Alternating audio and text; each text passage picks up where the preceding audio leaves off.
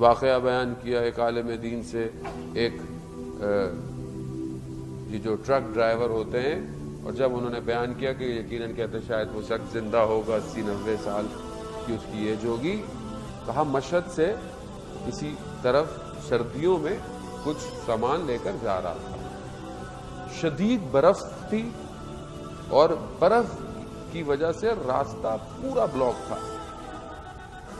اچانک سے اس کی جو ٹرک تھا وہ بند ہو گیا. تو خود ظاہر ڈرائیور تھا تو جانتا تھا میکینک کی کوئی پرابلم ہے میں صحیح کر لوں گا. اترا، کوشش کی کہ صحیح ہو جائے، جتنا جانتا تھا کہہ رہا سب چیک کر کے دیکھا، مگر وہ گاڑی اس کی جو ٹرک تھا صحیح نہیں ہوا. سردی شدید تھی، یعنی برف شدید گر رہی تھی. جا کر گاڑی میں بیٹھ گیا، کہتے باہر کھڑے ہو گئے تو جم جائے گا، مر جائے گا سانس میں. اب ظاہر گاڑی جو ٹرک ہے وہ آن نہیں ہے تو اندر بھی جو ہے وہ گرمی نہیں ہے.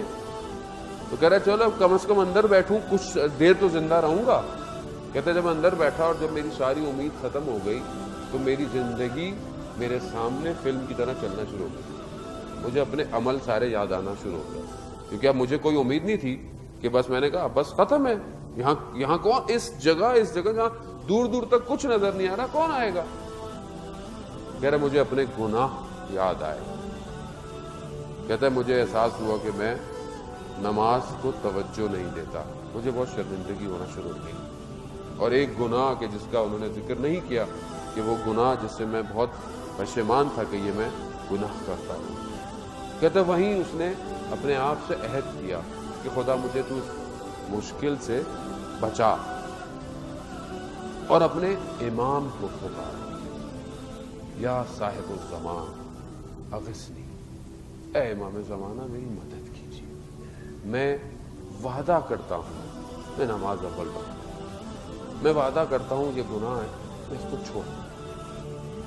کہتے یہ میں نے ابھی کیا تھا تو مجھے اس حالت میں دیکھا کہ کوئی دور سے شخص جس کے ہاتھ میں پانا ہے وہ آ رہا لیتا ہوا. تو میں یہ سمجھا کہ شاید کوئی اور ڈرائیور ہے جس کی اپنی بھی گاڑی خراب ہو گئی ہے تو شاید میرے پاس ہے. کہتا میری طرف آیا، میری شیشے کی طرف آ کر مجھے اس نے اشارہ کیا، میں نے نیچے کیا.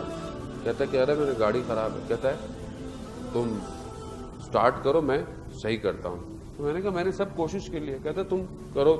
کہتا اس نے جا کر ہاتھ لگایا، ٹرک سٹارٹ ہو. کہہ رہا وہ میرے پاس آیا تو میں اس کا بہت شکریہ کیا. میں نے کہا مگر آؤ میں کہا یہ بھی ڈرائیور ہوگا، اس کی بھی گاڑی آ کے خراب ہو تو میں تمہارے ساتھ چلتا ہوں اور تمہاری گاڑی بھی صحیح کرا دیتا ہوں. کہتا ہے نہیں مجھے ضرورت نہیں ہے. کہتا ہے نہیں یہ کیسے ہو سکتا ہے، مطلب تم نے میری جان بچائی. میں اتنا تو مرد ہوں، مطلب اتنا نہیں ہوں لیکن اتنا تو غیرت مند ہوں کہ میں تمہاری مدد کروں. الجزاء الاحسان الا الاحسان، میں احسان تو کروں، کم از کم کچھ تو کروں، تم نے میری مدد کی ہے. اس شخص نے مجھے کہا اگر مرد ہو اور غیرت ہے تو جو وعدہ کیا اس پہ قائم رہنا.